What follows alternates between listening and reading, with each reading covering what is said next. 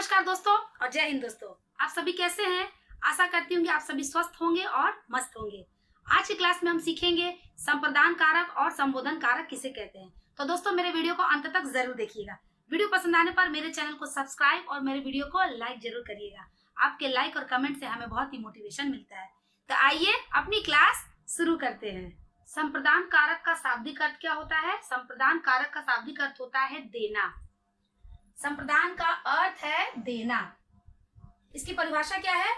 कर्ता जिसके लिए कुछ कार्य करता है अथवा जिसे कुछ देता है उसे व्यक्त करने वाले रूप को संप्रदान कारक कहते हैं। हम क्या कह सकते हैं? जिसके लिए कोई कार्य किया जाए या जिसे कुछ दिया जाए उसे ही हम संप्रदान कारक कहते हैं। इसका विभक्ति चिन्ह क्या है? इसका विभक्ति चिन्ह को के लिए, इसका विभक्ति चिन्ह है को के लिए। तो आइए इसके कुछ उदाहरण देखते हैं। संप्रदान कारक के उदाहरण। वह सुरेश के लिए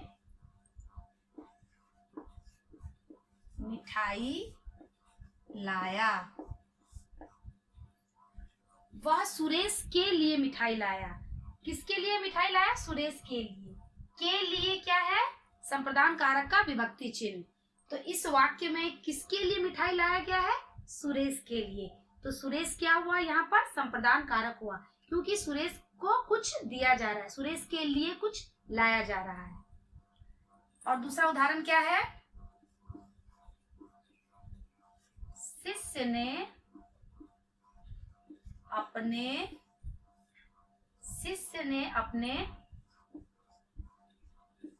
गुरु के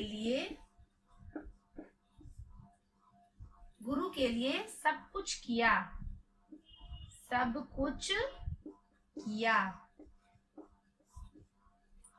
शिष्य ने अपने गुरु के लिए सब कुछ किया। के लिए क्या है? इसका विभक्ति चिन्ह है संप्रदान कारक का। किसके लिए किया गया? गुरु के लिए किया गया। शिष्य ने गुरु के लिए सब कुछ किया, मतलब शिष्य ने गुरु को कुछ दिया। ठीक है, यहाँ देने का काम या कुछ करने का काम किया गया है। जहाँ पर भी कुछ करने का काम, किसी के लिए कुछ दिया जाता है या किसी के लिए कुछ कार्य किया जाता है तो वहां पर संप्रदान कारक होता है। तो इन दोनों वाक्यों में वह सुरेश के लिए मिठाई लाया, मतलब सुरेश संप्रदान कारक हुआ, और शिष्य ने अपने गुरु के लिए सब कुछ किया। गुरु के लिए मतलब यहाँ पर क्या है? गुरु क्या हुए? संप्रदान कारक हुए। तो आइए संप्रदान कारक के कुछ और उदाहरण देखते हैं। संप्रदान कारक के कुछ अन्य उदाहरण, जैसे 1 नंबर, गुरु ही शिष्य को ज्ञान देता है। हमें सबको पता है, हम लोगों को ज्ञान कहाँ से मिलता है? गुरु से मिलता है। तो गुरु ही शिष्य को ज्ञान देता है। यहाँ को क्या है? संप्रदान कारक का विभक्ति चिन्ह। किसको ज्ञान दिया जा रहा है? गुरु ही शिष्य को ज्ञान देते। गुरु शिष्य को ज्ञान दे रहे हैं, यहाँ देने का काम किया जा रहा है। भूखे को अन्न देना चाहिए और प्यासों को जल। ठीक है, गर्मी का दिन है, हमें क्या करना चाहिए? भूखे को अन्न देना चाहिए और प्यासे को जल देना चाहिए। तो यहाँ पर भी देखिए को विभक्ति चिन्ह का प्रयोग किया गया है। मतलब किसी को जब कुछ दिया जाता है या किसी के लिए कुछ कार्य किया जाता है तो यहाँ पर संप्रदान कारक होता है। भूखे को अन्न देना चाहिए और प्यासे को जल देना चाहिए।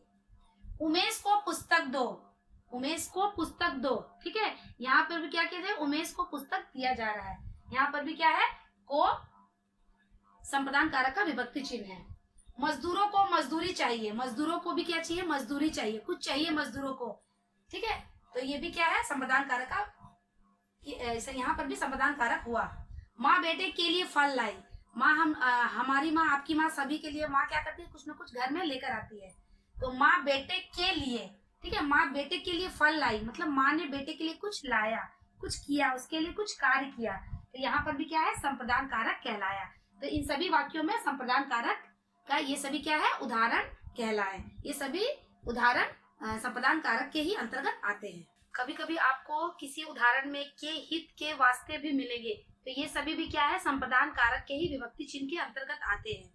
जैसे मान लीजिए रावण के वास्ते ही रामावतार हुआ था, रावण के वास्ते ही रामावतार हुआ था। के वास्ते किसके लिए हुआ था? रावण के वास्ते हुआ था रामावतार। के वास्ते क्या है? यहाँ पर संप्रदान कारक हुआ। राम के हित, किसके हित? राम के हित में लक्ष्मण बन गए थे। राम के हित, के हित क्या है यहाँ पर? संप्रदान कारक। रोगी के वास्ते दवा लाओ, किसके लिए दवा लाओ? रोगी को दवा दो।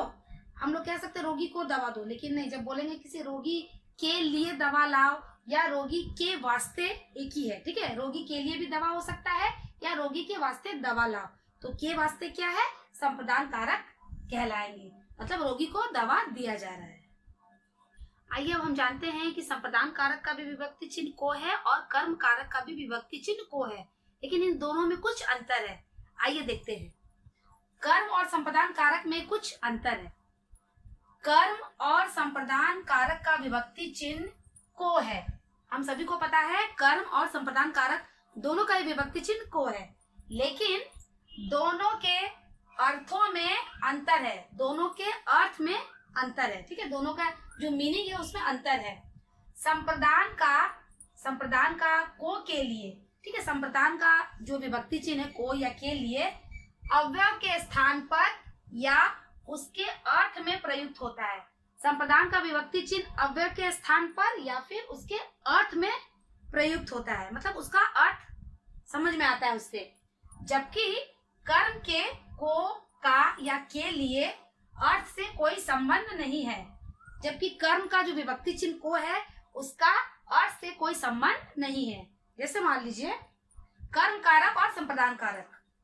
कर्म कारक का उदाहरण क्या है? हरि मोहन को मारता है, हरि मोहन को मारता है, मतलब हरि मोहन को मार रहा है, ठीक है। और संप्रदान कारक में क्या है? हरि मोहन को रुपए दे रहा है। हरि क्या कर रहा है? मोहन को रुपए दे रहा है, मतलब संप्रदान का अव्यय के स्थान पर अर्थ में प्रयुक्त हो रहा है, ये अर्थ में प्रयुक्त हो रहा है। और कर्म कारक का अर्थ से इसका कोई संबंध नहीं है। यही इन दोनों में क्या है? खासकर का अंतर है।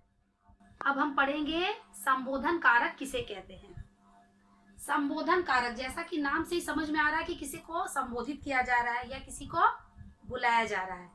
संबोधन कारक किसे कहते हैं? इसका परिभाषा क्या है? ऐसे शब्द जिनके माध्यम से संज्ञा और सर्वनाम के रूप में किसी को बुलाने, पुकारने और बोलने का बोध कराया जाता है, तो उन्हें हम संबोधन कारक कहते हैं। किसी को भी संज्ञा और सर्वनाम के रूप में किसी को बुलाने का या किसी को पुकारने का या फिर किसी को बोलने का जब हम बोध कराते हैं तो उन्हें ही हम संबोधन कारक कहते हैं। संबोधन कारक में इसका विभक्ति चिन्ह क्या है? संबोधन कारक में किस तरह का विभक्ति चिन्ह का उपयोग होता है? हे, अरे, अजी, इस तरह के विभक्ति चिन्ह का प्रयोग किया जाता है। संबोधन कारक में विराम चिन्ह के रूप में इस तरह का चिन्ह का प्रयोग किया जाता है। इसे क्या कहते हैं? इसे कहते हैं विस्मयादि बोधक। विस्मयादि बोधक, ये जो सिंबल है, इस तरह का चिन्ह का प्रयोग किया जाता है, जिसे इंग्लिश में एक्सक्लेमेशन सिंबल कहते हैं। तो आइए संबोधन कारक के कुछ उदाहरण पर पढ़ाई करते हैं। संबोधन कारक के उदाहरण, जैसे मान लीजिए हे भगवान मेरे साथ ऐसा क्यों किया, ठीक है। हे भगवान मेरे साथ ऐसा क्यों किया, यहाँ पर हे विभक्ति चिन्ह का प्रयोग किया गया है, साथ में विराम चिन्ह का भी प्रयोग किया गया है। यहाँ पर भगवान को पुकारा जा रहा है, यहाँ पर भगवान को पुकारा जा रहा है, इसीलिए यहाँ पर क्या है? संबोधन कारक हुआ। हमें पता है कि जब भी किसी भी संज्ञा या सर्वनाम पद में किसी को पुकारने का, बुलाने का बोध किया जाता है तो वहां पर संबोधन कारक कहलाता है। अरे तुम जल्दी क्यों उठ गए, ठीक है। किसी को बोला जा रहा है, अरे तुम क्यों जल्दी उठ गए, तो ये भी क्या है? अरे क्या है? संबोधन कारक का विभक्ति चिन्ह है और साथ में इसका विराम चिन्ह भी लगाया गया है। अजी सुनते हो कहाँ जा रहे हो, ठीक है। किसी को पूछा जा रहा है, किसी को बोला जा रहा है, अजी सुनते हो कहाँ जा रहे हो। अरे श्याम तुम याद आते हो, अरे श्याम तुम याद आते हो, यहाँ पर भी अरे विभक्ति चिन्ह का प्रयोग किया गया और साथ में विराम चिन्ह भी लगाया जा रहा है। श्याम तुम याद आते हो, श्याम को हम लोग बोल रहे हैं कि तुम याद आते हो। हे भगवान, हे विभक्ति चिन्ह का प्रयोग किया गया है और साथ में विराम चिन्ह भी है। हे भगवान, इस सड़ी गर्मी में भी लोग कैसे जी रहे हैं। भगवान से हम लोग पुकार के कह रहे हैं, उनसे फरियाद कर रहे हैं कि इस सड़ी गर्मी में भी लोग कैसे जी रहे हैं। मतलब यहाँ पर संबोधन कारक का ये सभी रूप है। बच्चों, बिजली के तार मत छूना। बच्चों, कभी कभी किसी को हम बोलते हैं तो वहां पर भी हम लोग इस तरह का विराम चिन्ह का प्रयोग करते हैं। बच्चों, बिजली के तार मत छूना, हम लोग बच्चों से निवेदन कर रहे हैं, बोल रहे हैं। देवियों और सज्जनों, यहाँ पर भी क्या है, विराम चिन्ह का प्रयोग किया गया है। देवियों और सज्जनों, इस गांव में आपका स्वागत है। जब हम किसी को बुलाते हैं, किसी को स्वागत करते हैं, तब हम लोग क्या करते हैं, इस तरह का विराम चिन्ह लगाते हैं। और इन सभी में भी क्या है, संबोधन कारक का प्रयोग किया गया है। मतलब ये सभी संबोधन कारक के अंतर्गत आए हैं। दोस्तों, आज की क्लास में हम संप्रदान कारक और संबोधन कारक किसे कहते हैं उस पर पढ़ाई की। आप भी इसे घर पर अच्छी तरह से अभ्यास के साथ पढ़िएगा। मिलते हैं अपने आने वाले नेक्स्ट वीडियो में एक नए विषय के साथ। तब तक के लिए बाय बाय।